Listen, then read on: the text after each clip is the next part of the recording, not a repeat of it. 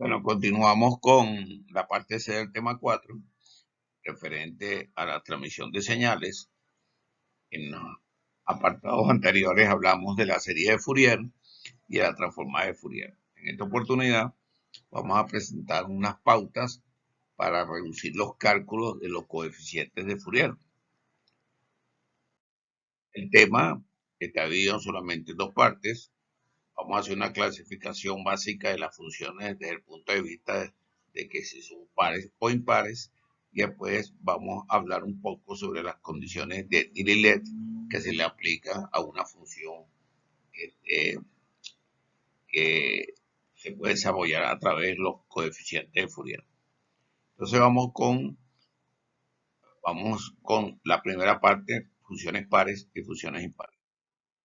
Recordemos que una serie de Fourier permite que una señal periódica pueda ser descompuesta en una serie de señales sinusoidales o sinusoidales. La figura muestra un pulso, que es una señal binaria, la de color azul, que puede ser desglosada en una frecuencia fundamental, ¿no?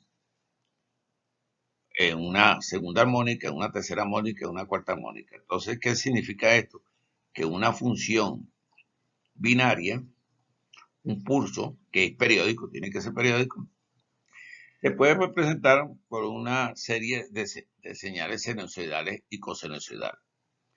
Bueno, esto es una parte interesante. Sin embargo, esto nos va a llevar a unos coeficientes que se llaman coeficientes de Fourier, que dependiendo del tipo de función que estemos analizando, puede ser muy extensa o puede ser muy corta.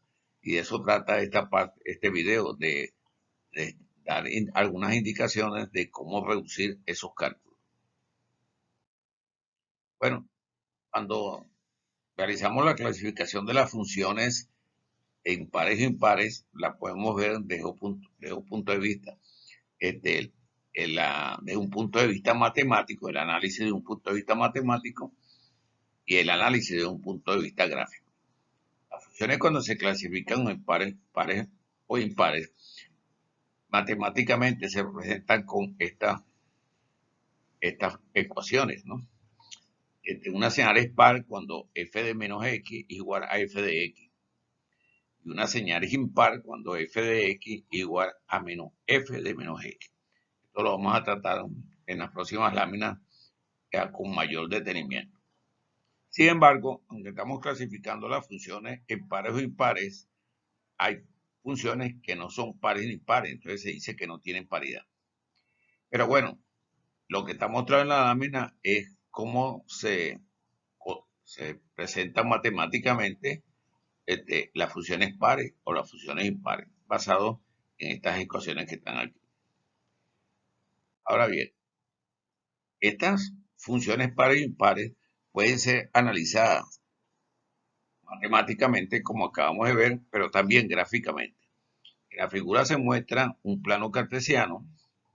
Tenemos en la abscisa, que es el eje de la X, y la ordenada, que es el eje de la Y. Y tenemos los cuatro cuadrantes: cuadrante 1, cuadrante 2, cuadrante 3 y cuadrante 4.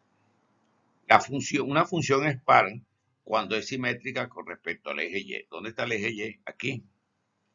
Para que una función sea simétrica con respecto al eje Y, tiene que ser que aparece la curva en este cuadrante 1, igual, la curva igual en el cuadrante 2. Es como un espejo. O puede aparecer en el cuadrante 4 y en el cuadrante 3, ¿no? Pero eso es simétrica con respecto al eje Y. Si la función es simétrica con respecto al origen, ¿dónde está el origen? Aquí. Entonces, para que una función sea simétrica con respecto al origen, puede aparecer aquí la curva en el cuadrante 1 y aquí abajo, porque tiene que ser en el cuadrante 3, porque tiene que ser simétrica con respecto al origen. De la misma manera, si aparece en el cuadrante 2, entonces como tiene que ser simétrica con respecto al origen, la otra curva debe aparecer aquí. Bueno, esta es la manera de analizar estas funciones desde el punto de vista gráfico, ¿no? Repitiendo que hay funciones que puede ser que no sean pares ni impares, ¿no? Y entonces se las llaman, se dice que no tienen paridad. Vamos a analizar estas funciones desde el punto de vista gráfico. Fíjense, ahora sí vemos aquí a la izquierda una función par, ¿no? Una parábola. La función f de x igual a x cuadrado.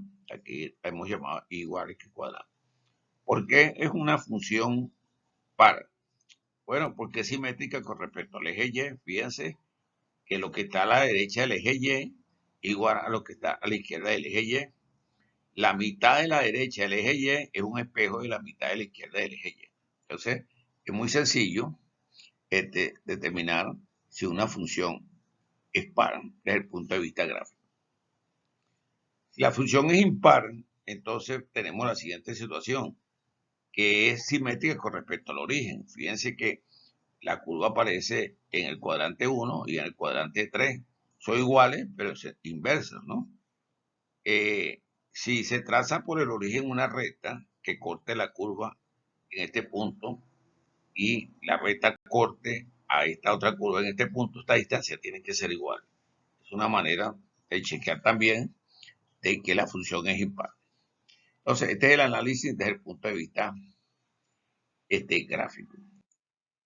Se mueve el análisis desde el punto de vista matemático. Bueno, aquí tenemos la función par, su gráfica, la función impar, su gráfica, y aquí tenemos su notación matemática. La función es par cuando f de menos x igual a f de x. Entonces, fíjense, si hacemos el análisis en x igual a 2, fíjense de que independientemente de que sea 2 o menos 2, siempre va a dar un número par porque está elevado al cuadrado. 2 al cuadrado es 4, menos 2 al cuadrado es 4. Por eso da 4 nuevos valores. Es fácil verlo aquí. Fíjense que aquí tenemos el valor de menos 2 y da un valor de 4. Si lo hacemos con el valor de 2 aquí, también nos hará 4. Entonces, matemáticamente es fácil determinar si la función es par. Si la función es impar, bueno, ella ahora es simétrica con respecto al origen. Entonces, si yo hago el análisis en 2, en 2 me va a dar 8. Si yo pongo aquí 2, pues la curva no llega a ese valor, pero me da 8. ¿Por qué? Porque 2 a la 3 da 8. Pero si hago el análisis en f menos 2, me va a dar menos 8, ¿no? Me va a dar el mismo valor, pero con signo cambiado, que es lo que quiere decir esto, f de x igual a menos f de menos x. Entonces, bueno, ahí tienen el análisis desde el punto de vista matemático. Se puede hacer el análisis, como hemos visto, desde el punto de vista gráfico o desde el punto de vista matemático. Aquí tienen otra figura que conseguí, está hecha a mano alzada, pero es muy explícita de lo que acabo de comentar. A la izquierda tengo una función par, fíjense, es analizada en el valor 2 y menos 2, pero como f de x igual a x cuadrado, cualquier valor elevado al cuadrado, sea positivo o negativo, da positivo, y da 4 en cualquiera de los dos. Más 2 y menos 2 da 4 el valor de la función. Si la función es impar, fíjense que ahora aquí está la función en el cuadrante 1, en el cuadrante 2, y entonces usted puede ver aquí que usted, si analiza la función en 2, va a dar 8. Si la analiza en menos 2, da menos 8. O sea, es la misma función, pero con el signo cambiado, que es lo que significa esto, esta notación matemática que está aquí. Bueno, esta es una manera entonces de analizar las funciones pares e impares. Entonces, aquí presento yo una figura, fíjense, y la pregunta que hago a los alumnos es, ¿la función de la gráfica es par o impar? Entonces lo dejo para su análisis, pero el análisis es muy sencillo. Un análisis gráfico, lo primero que hay que hacer, si se hace un análisis gráfico, lo primero que hay que hacer es chequear si la función es igual al del lado derecho del eje Y, del lado izquierdo del eje Y, o sean simétricas con respecto al eje Y, o son simétricas con respecto al origen. Ese es el análisis que hay que hacer. En un caso será par, en otro será impar. Se lo dejo a los alumnos para que practiquen y apliquen los conocimientos que están adquiriendo en este video. Aquí tenemos otra función. En el plano cartesiano, en el eje X, en el eje Y, y otra vez se pregunta, ¿la función de la gráfica es par o impar? Hay que hacer el mismo análisis. Es simétrica con respecto al Y, con respecto al eje Y, es simétrica con respecto al origen, ¿no? El análisis aquí es gráfico porque me están dando la figura, ¿no? Si me dieran la notación matemática, lo podríamos hacer matemáticamente. Pero bueno, en este caso es gráfica y dejo para los estudiantes que analicen si la función de la gráfica es par o impar. Bueno, aquí viene una figura sencilla pero muy interesante que ayuda en el cálculo de los coeficientes de Fourier. El coseno es una función par. Por lo estudiado, fíjense, aquí tenemos el plano cartesiano, el eje X y el eje Y, el de las abscisas de la ordenada, y vemos que la función par, fíjense, es un reflejo en el eje Y, simétrico con respecto al eje Y, que se repite aquí y se repite aquí. Entonces, indudablemente que la función coseno es una función par. Pero la función seno es una función impar. Fíjense que aquí está el origen y ella es simétrica, pero con respecto al origen. Entonces, indudablemente, es impar. Entonces, coseno es una función par y seno es una función impar. ¿Por qué es interesante analizar esto? Porque los coeficientes de la serie de Fourier, que son a su 0, a su n y b su n, que vimos en la primera parte de este tema, las señales f de x, que son las que se están analizando, están multiplicadas por funciones senos y cosenos.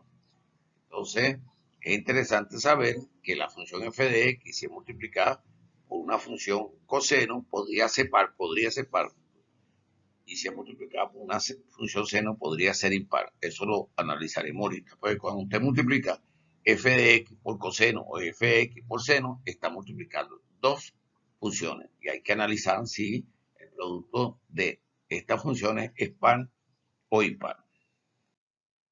Ahora bien, antes de continuar con eso, vamos a hacer un análisis de las funciones pares e impares desde el punto de vista de la integración. Esto es importante porque también ayuda en la resolución de los coeficientes de la serie de Fourier. Esta es una función par, obviamente, simétrica con respecto al eje Y, ¿no? Y esta es impar porque es simétrica con respecto al origen. ¿Okay? Una función par integrada en su periodo menos xx, f de t diferencial de t también puede ser igual si usted la integra entre 0 y x. Pues tendrá que poner 2 f de t diferencial de t porque está integrando entre 0 y x, ¿no? Y no entre x menos x. Y bueno, usted se evalúa esa integral y se llegará a un cierto valor. La función impar, fíjense lo que sucede. Cuando usted la integra entre menos x y x, le va a dar 0. ¿Por qué? Porque las áreas son iguales y están en sentido contrario, ¿no? Entonces este valor va a 0. Entonces, fíjense, es interesante saber que una función impar tiene un valor 0, ¿no? Desde el punto de vista de integración. ¿Bien? Entonces, sigamos. Aquí tiene lo que acabo de comentar, de que los coeficientes de Fourier tienen en sus términos senos y cosenos. Entonces, usted tiene que multiplicar una función f de t por un seno o una función f de t por un coseno. Entonces, tiene una multiplicación, un producto de señales, ¿no? De funciones. Entonces, algunas propiedades son la suma o resta de dos funciones impares, una función impar. La suma o resta de dos funciones pares es una función impar. El producto de dos funciones pares es una función impar. El producto de dos funciones impares es una función par. El producto de una función par y una función impar es una función impar. Fíjense que la propiedad 3, 4 y 5 se refieren a productos, multiplicación de dos funciones, que es lo que tenemos en algunos de los términos de los coeficientes de Fourier. Y aquí lo tenemos, aquí tenemos una señal f de x representada por su coeficiente de Fourier, que es lo que queremos. Tenemos una señal f de x y tenemos que analizar si esa señal f de x puede ser desglosada en señales sinusoidales y cosinusoidales. ¿Cómo lo hacemos? Calculando los coeficientes de Fourier, que son A sub 0, A sub n y B sub n. Aquí tiene usted la fórmula que ya habíamos visto en otro video, en otra parte de este tema. A sub 0 es igual a unos entre T2 de esta integral f de x diferencial de x. A sub n es otra vez 1 sobre T2 de esta integral f de x coseno de nw sub x diferencial de x. Y B sub n, 1 entre 2 de la integral de f de x seno de nw diferencial de x. Aquí puede usted observar lo que yo vengo comentando. Aquí usted tiene una función f de x multiplicada por un coseno, una función coseno. Aquí tiene una señal f de x que se multiplica por una señal seno.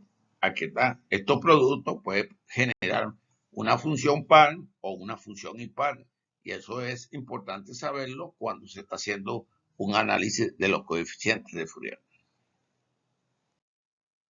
Entonces, fíjense, vamos a analizar los coeficientes de Fourier para una función f de t par periódica.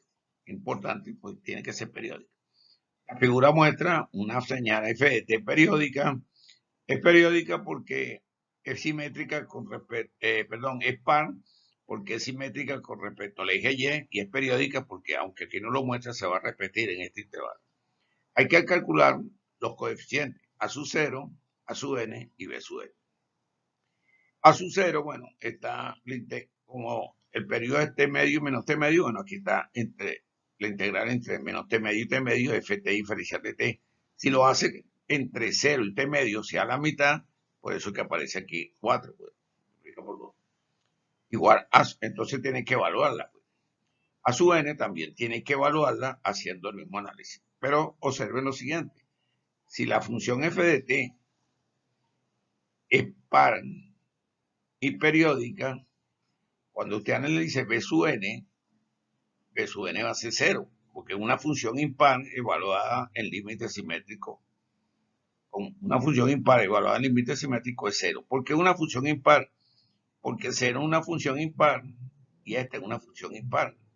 Entonces, como las dos son impares, ¿no? Perdón, esta es una función impar, seno, una función impar, y f de t es par. Y cuando usted multiplica una señal par por una impar, por las propiedades que vimos, produce una señal impar.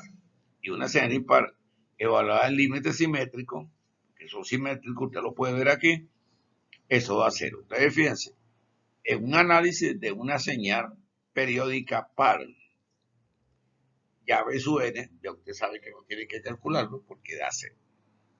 Esa es la función f de t par. Pero ¿qué sucede si la función f de t es impar? Fíjense que esta función es impar, la figura, porque pasa por el origen, pues fíjense, es simétrica con respecto al origen. Y es periódica porque se repite entre t medio, menos t medio y t medio. En este caso, eso lo dejo para que usted lo confirme, a su 0 va a dar 0, a su n va a dar 0, y B sub n si tiene que evaluarlo. ¿Okay? Entonces, fíjense lo interesante que es analizar si las funciones son pares e impares, porque nos ayudan a reducir los cálculos de los coeficientes de la serie de Fourier. Vamos a hablar ahora de las condiciones de Dirichlet. He dicho hasta ahora de que una señal que sea periódica puede ser representada con funciones sinusoidales y cosinusoidales. Eso significa que se le puede aplicar la serie de Fourier. Sin embargo, eso no son condiciones suficientes para que una señal f de t pueda ser representada con los coeficientes de Fourier. Porque es cierto, es periódica, pero porque sea periódica no se asegura que pueda ser representada mediante la serie de Fourier. Y eso es lo que vamos a ver ahora. ¿Qué es lo que adicional se requiere para que una señal pueda ser representada por los coeficientes de Fourier? Entonces, fíjense, voy a leer. Para que una señal f de t se le pueda aplicar los conceptos de Fourier, debe cumplir con las condiciones de Dirichlet. Cuando se evalúa una función para calcular los coeficientes de Fourier, puede suceder que esto no representa la función que se está estudiando.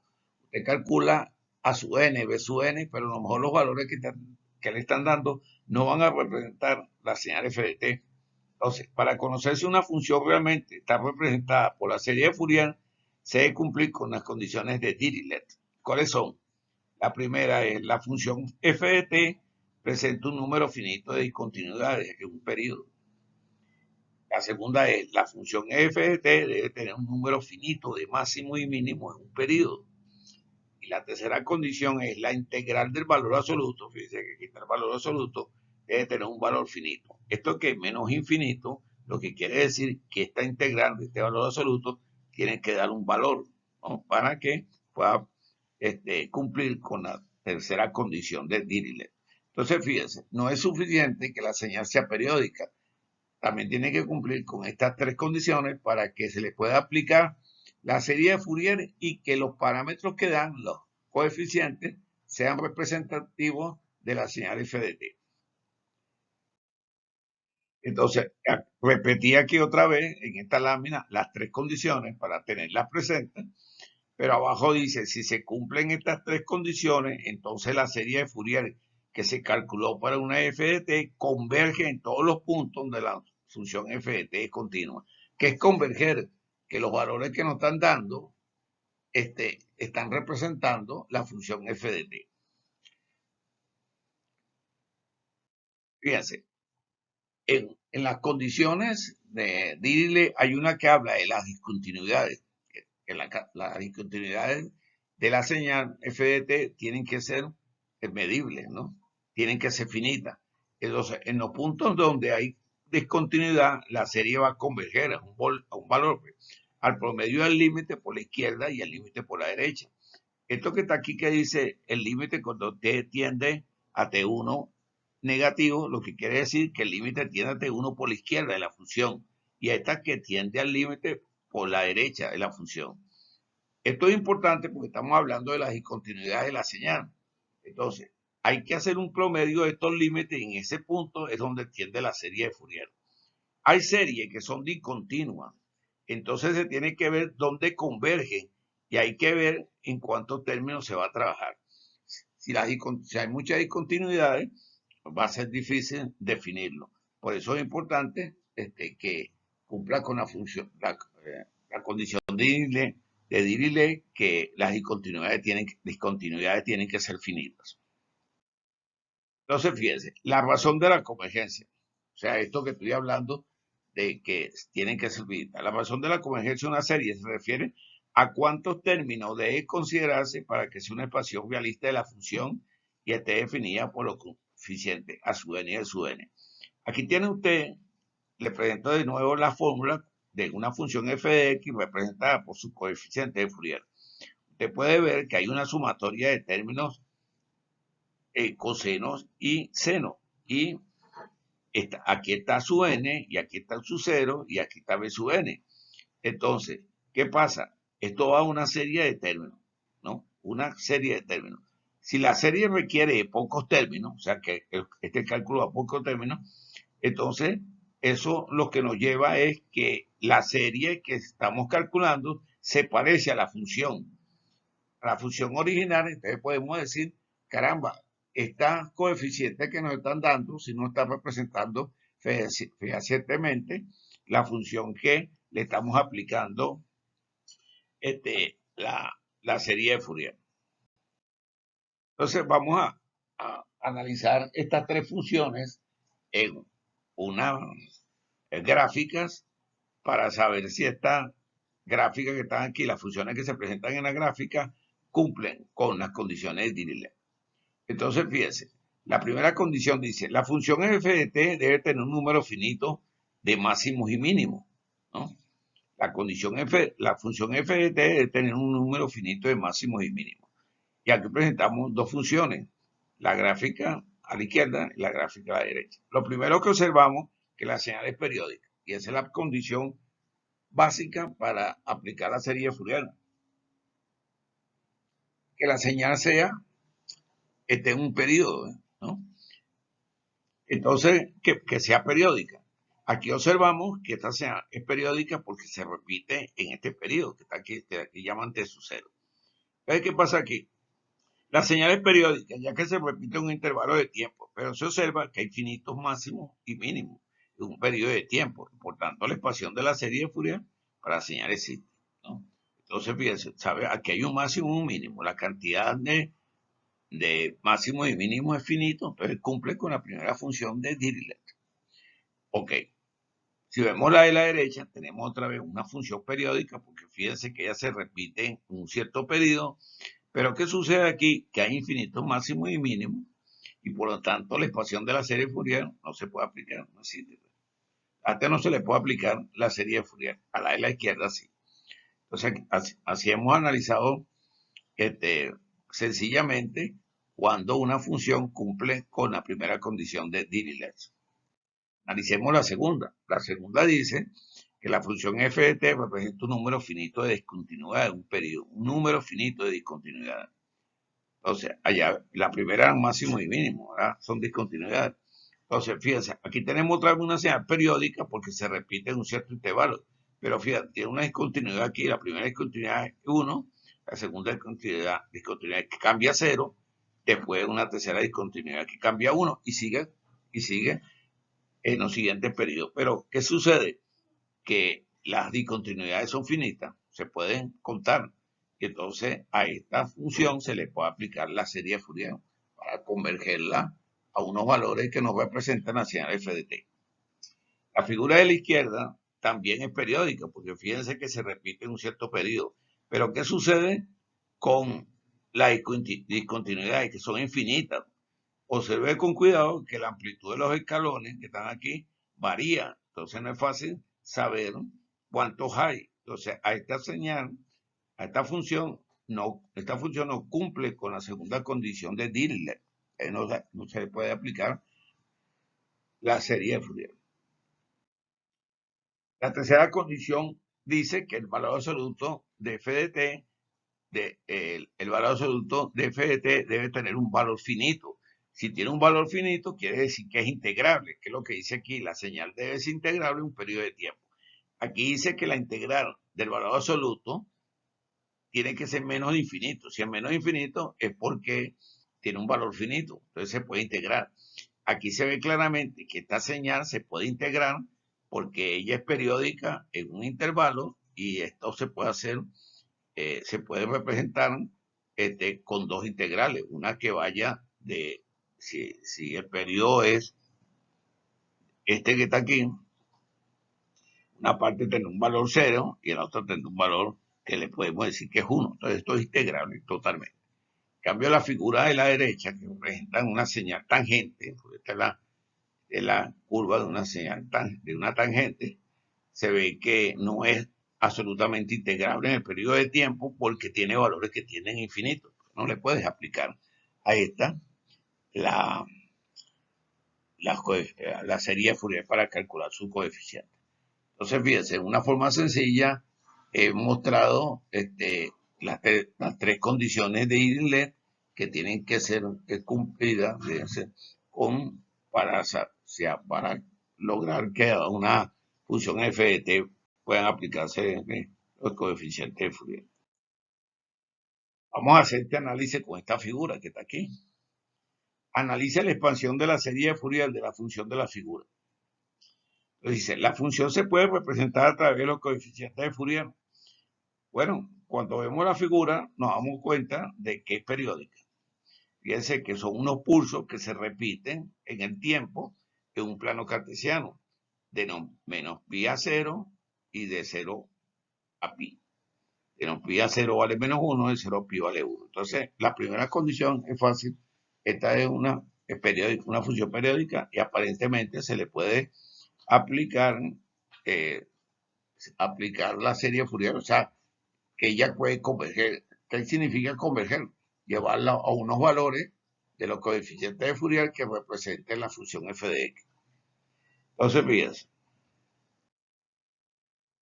aquí vuelvo a traer yo las condiciones de Dirichlet, las repito solamente para recordarlas, porque tenemos que saber si la señal que acabamos de analizar, la función que acabamos de ver, perdón, se le pueden aplicar las condiciones de Dirichlet. ¿Y cuáles son las condiciones de Dirichlet? Que la función f de t tenga un número finito de discontinuidad en un periodo, que la función f de t tenga un número finito de máximo y mínimo en un periodo, y la tercera, que sea integrable, ¿no? En un cierto periodo. Si cumple con esas tres condiciones y aparte es periódica, pues sencillamente se le puede aplicar la serie de Fourier. Entonces analicemos. Uno, lo primero que debemos observar es si la función f es periódica. Si ya lo analizamos, ¿no? Y se ve claramente que lo es porque se repite un periodo que va de menos pi a pi. Dos, chequear si la función es par o impar. En este caso impar. ¿Por qué? Porque, mire, aquí está el origen y mire que esta no es, no se puede decir que es igual con respecto al eje Y, ¿no? Es simétrica con respecto al eje Y, ¿no? Y ya, usted ve aquí que tiene un pulso hacia t cuadrante y un pulso hacia t cuadrante. Entonces, esto quiere decir que esto es una función impar. Ok, entonces ya sabemos que es periódica, es impar. Entonces, chequear que el número de discontinuidad es finito. ¿Cuántas discontinuidades hay aquí? Dos. Una y dos. 4. Chequear que el número de máximos y mínimos es finito. También hay solo máximos, 1 y 0. Hay uno aquí y después se repite 1 otra vez.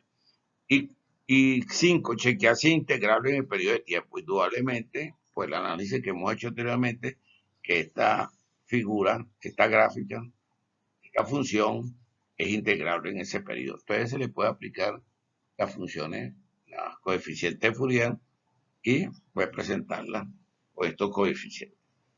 Ahora, ¿qué tenemos aquí? Tenemos una función periódica y es impar, ¿verdad? La función es periódica, es impar.